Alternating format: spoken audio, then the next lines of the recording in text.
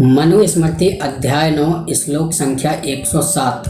यहाँ पे मनु महाराज लिखते हैं कि बड़ा बेटा जो होता है वह धर्मज होता है और बाकी अन्य जो होते हैं वह कामज होते हैं। जैसे कि मैंने आपको पहले से ही काफ़ी बार बताया है कि श्री राम के वंश में जो भी राजा महाराजा हुए थे वह सब के सब वेद के बाद में यदि किसी को मानते थे तो वह मनु स्मृति थे। गोस्वामी तुलसीदास ने भी अपनी रामचरितमानस में लिखा है, रघुकुल रीत सदा चली आई, प्राण जाए पर वचन न जाए। इससे भी यही प्रमाणित होता है कि जो उनके नियम थे कि वेद के बाद में यदि किसी को मानते थे तो वह मनु स्मृति थी और वह इसी नियम के अनुसार राजकार्य करते थे, प्रजा का पालन करते थे। आज बात करेंगे दशरथ ने श्री राम को राजा बनाने का निर्णय क्यों किया। तो स्वागत है आपका अपने चैनल चंद्रा जी में। मैं हूं राकेश कुमार चंद्रवंशी, वैश्य वर्ण भुर्जी समाज से, और आप देख रहे हैं आपका अपना चैनल चंद्रा जी।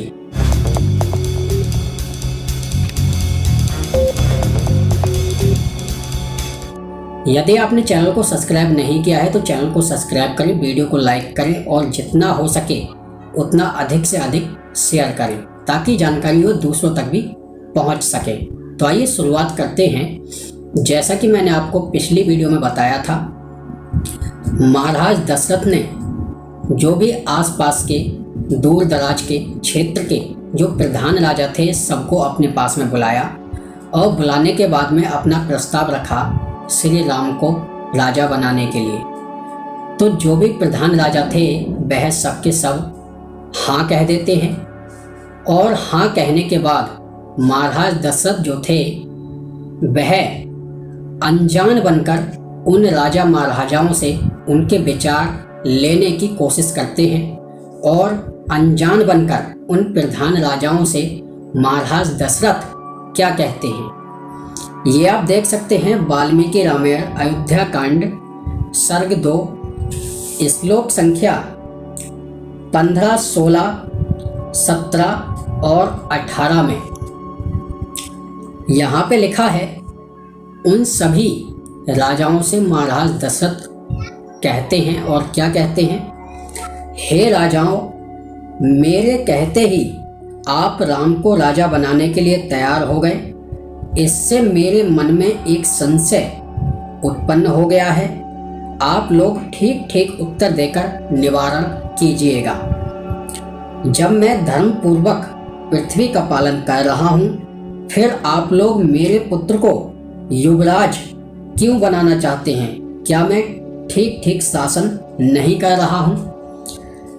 यह सुनकर वे राजा आदि समस्त पुरुष बोले जो वहां पर उपस्थित थे, हे राजन, आपके पुत्र में प्रजा के कल्याण कारक बहुत से गुण हैं। हे राजन, देवों के समान गुण वाले बुद्धिमान श्री राम के प्रिय और आनंददायक गुणों का हम वर्णन करते हैं, उसे आप सुनिए। ऐसा जो प्रधान राजा थे उन्होंने महाराज दशरथ से कहा और महाराज दशरथ से उन्होंने श्री राम के गुणों का बखान करते हुए क्या कहते हैं ये आप देख सकते हैं। अयोध्या कांड सर्ग 2 श्लोक संख्या 24, 25,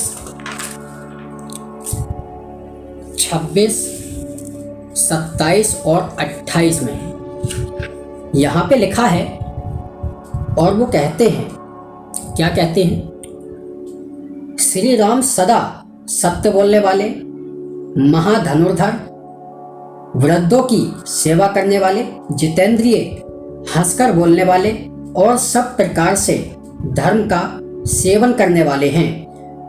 उनका क्रोध और प्रसन्नता कभी निरर्थक नहीं होती। वे मारने योग्य को मारते हैं, चाहे वह आत्मीय जन ही क्यों ना हो, और अवध्यों पर कभी क्रोध नहीं करते हैं। उन्होंने यहाँ पे बोला कि यदि किसी ने कोई भी दुष्ट कर्म किया है और उसको मारना है तो श्री राम उसी को मारते हैं, चाहे वह उनका अपना ही क्यों ना हो।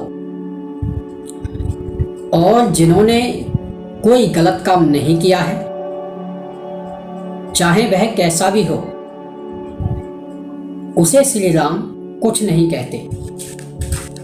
आगे लिखा है, श्री राम यम नियम आदि पालन में कष्ट सहिष्णु हैं, प्रजाजनों के प्रीति मात्र हैं, स्वजनों में प्रीति उत्पन्न करने वाले हैं।